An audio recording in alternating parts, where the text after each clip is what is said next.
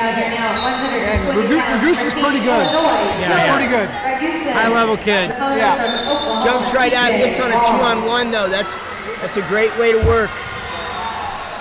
You get those ties, you can slow a lot of guys down that might be better than you.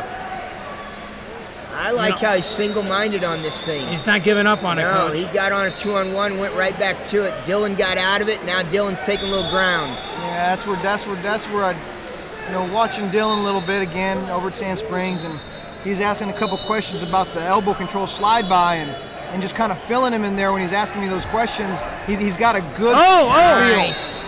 What a great wow, both guys. Sorry to interrupt you, Coach. No, that's what I'm talking about. He's got a good feel.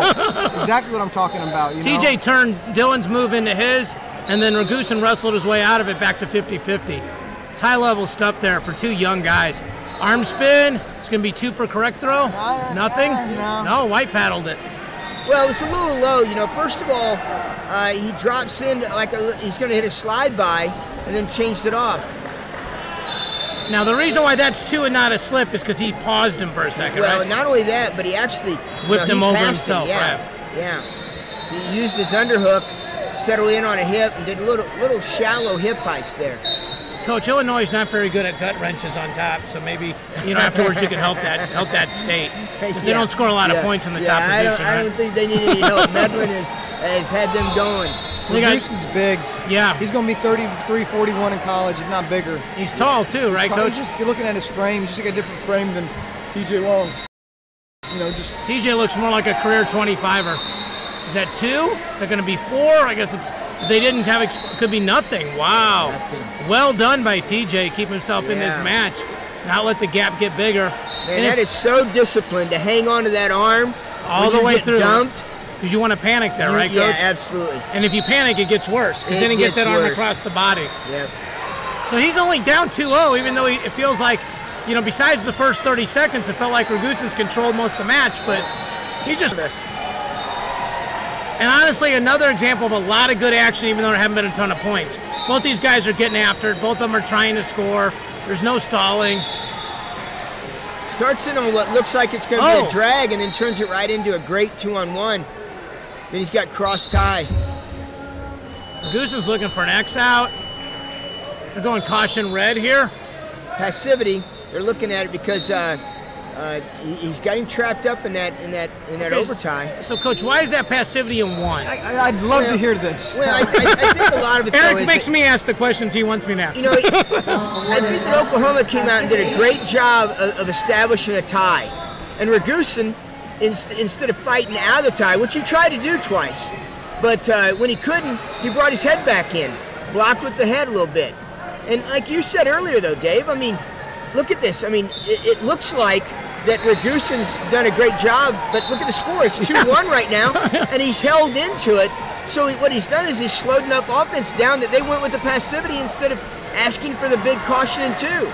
And if you're the coach of Oklahoma and you're down 2-1 at the end of this period, you're pretty happy. Well, or as soon as I said that, now can they challenge the timing of that because the period's over? They could look at the timing. That's where I'm not quite sure. What do you think, Coach? Sometimes you just get ran out of bounds because you get momentum going backwards. I think you got to keep in mind there that the alternative is to stop moving backwards, your feet stick in the mat, and go to your back. What if you drop to your knees there, Coach? Is that a possibility? Well, if you drop to your knees now they're calling dominant position on you. You because got the reason ran over. why you dropped is because you knew you were going out. Would you have challenged the timing of that, or at least can you ask the referees to look at that without it being a challenge? Or do you have to challenge it? No, I think a timing issue. I think you got to throw the brick there. But big one here. There it is. Big one here. If he steps through, it's one. Correct throw because the head's out. 1 though. So he throws. Just step out. That last 2 seconds of the period. Otherwise, this match should be 2-2 right now. Absolutely. And then any style, freestyle, good for him. He walks right back out and reloads a lock right off the bat. It's just, I'm not going to settle in for this. Greco, freestyle, folk style. Score first, score last, right? Yes. And that's what Ragusin's done. He scored first and last in that first period, and that's the reason why he's got that bigger lead than really maybe he thought. TJ, a lot of people may or may not know. He's a fighter. him and his brother come to RTC, and often I got to separate them because if they end up together, they just end up in a fight. So, I mean, if you're talking just from a strictly, like, competitive fight, get in there and battle, one thing he will do is fight. And let me tell you something. There's been several times going, stop going together. Just if all you guys end up doing is wanting to punch each other. Oh. Yeah, that's a good stop by him. Was that potentially dangerous? Came up over the torquing on the joint. shoulder? Yeah, came up over the joint. It's not jiu-jitsu today, Coach. No. Not jiu-jitsu. Well, as a guy that had a brother who was 14 months younger, I have no idea what Coach Guerrero's talking about getting yelled at in the room for two brothers beating the hell out of each other until we got separated.